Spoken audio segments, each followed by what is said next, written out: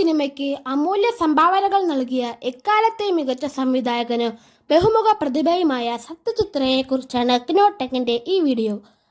1921 May 2 കൊൽക്കത്തയിൽ സുകുമാർ റേയുടെയും സുപ്രഭയുടെയും മകനായാണ് സത്യജിത്ര ജനിച്ചത്. നിരവധി കലാപാരമ്പര്യമുള്ള ഒരു കുടുംബമായിരുന്നു റേയുടെ. അദ്ദേഹത്തിന്റെ മുത്തച്ഛനായ ഉപേന്ദ്ര കിഷോർ റേ ആയിരുന്നു കൊൽക്കത്തയിലെ ആദ്യ പ്രിന്റിംഗ് പ്രസ്സിന് തുടക്കമിട്ടത്.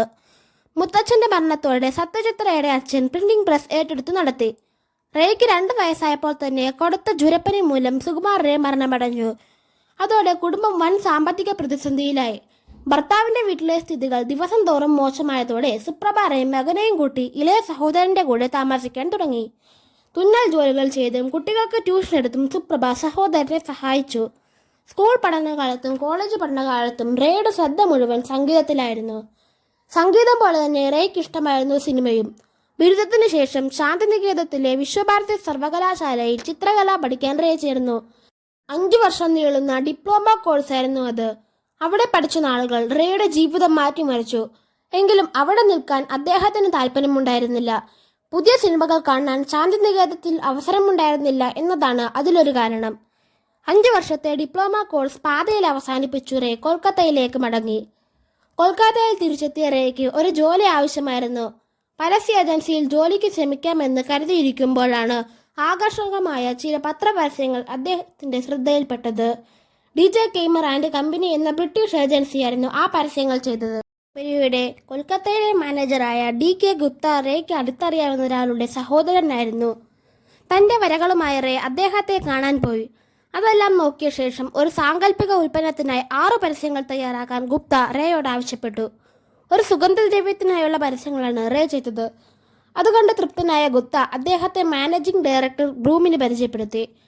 അങ്ങനെ 1943 സത്യജിത്ത് റേയ്ക്ക് ആ കമ്പനിയിൽ ജൂനിയർ വിഷ്വലൈസറായി ജോലി കിട്ടി. മാസം 80 രൂപ ശമ്പളത്തിലായിരുന്നു നിയമനം. വിഭൂതി ഭൂഷൺ ബന്ദോപാധ്യായയുടെ പാതേർ പാഞ്ചലി എന്ന വിഖ്യാതമായ ബംഗാളി നോവൽ റേയുടെ കയ്യിൽ കിട്ടിയത് ആ കാലത്താണ്. ആ വലിയ നോവൽ കുട്ടികൾക്ക് വേണ്ടി ചുരുക്കി പ്രസിദ്ധീകരിക്കാൻ സിഗ്നറ്റ് പ്രസിന് പദ്ധതിയുണ്ടായിരുന്നു. അതിന് ചിത്രങ്ങൾ വരയ്ക്കണമെന്ന് പറഞ്ഞ ഗുപ്ത ഒരു കാര്യം കൂടി കൂട്ടിച്ചേർത്തു. ഈ പുനരാഹ്വാനത്തിൽ നല്ലൊരു തിരക്കഥ ഒളിഞ്ഞിരിപ്പുണ്ട്. സത്യജിത്ത് റേ എന്ന ലോകോത്തര ചലച്ചിത്രകാരനെ പിറവിലേക്ക് നയിച്ച പാതേർ പാഞ്ചലി എന്ന ക്ലാസിക് ചിത്രത്തിന്റെ തുടക്കം ആ യാദൃശ്ചികത്തിൽ നിന്നായിരുന്നു. ആ ഇടെയാണ് ദ റിവർ എന്ന സിനിമയുടെ ലൊക്കേഷൻ തേടിയും അഭിനേതാക്കളെ അന്വേഷിച്ചും പ്രശസ്ത ഫ്രഞ്ച് സംവിധായകനായ റാങ് റെനെ കൊൽക്കത്തയിലെത്തിയത്. റെനെയുടെ സിനിമകൾ ഇഷ്ടമായിരുന്ന റേ അദ്ദേഹം താമസിച്ചിരുന്ന ഹോട്ടലിൽ ചെന്ന് പരിചയപ്പെട്ടു.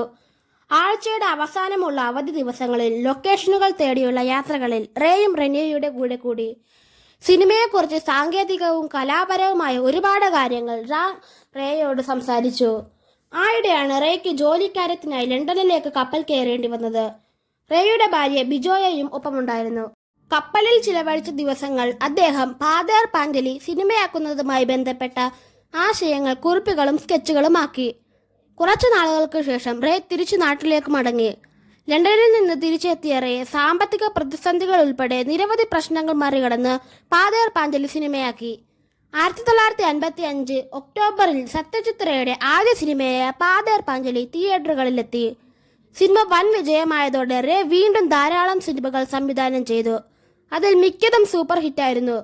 അതുപോലെ നിരവധി പുരസ്കാരങ്ങളും റേയെ തേടിയെത്തി. 3 പത്മ പുരസ്കാരങ്ങളും സമഗ്ര സംഭാവനയ്ക്കുള്ള ഓസ്കാർ പുരസ്കാരവും ഉൾപ്പെടെ ഒട്ടനവധി പുരസ്കാരങ്ങൾ അദ്ദേഹത്തിന് ലഭിച്ചിട്ടുണ്ട്. 1992 ഏപ്രിൽ 23 ഇന്ത്യൻ സിനിമയുടെ ചരിത്രം മാറ്റിമറിച്ച ആ മഹാപ്രതിഭ നമ്മെ വിട്ടുപിരിഞ്ഞു.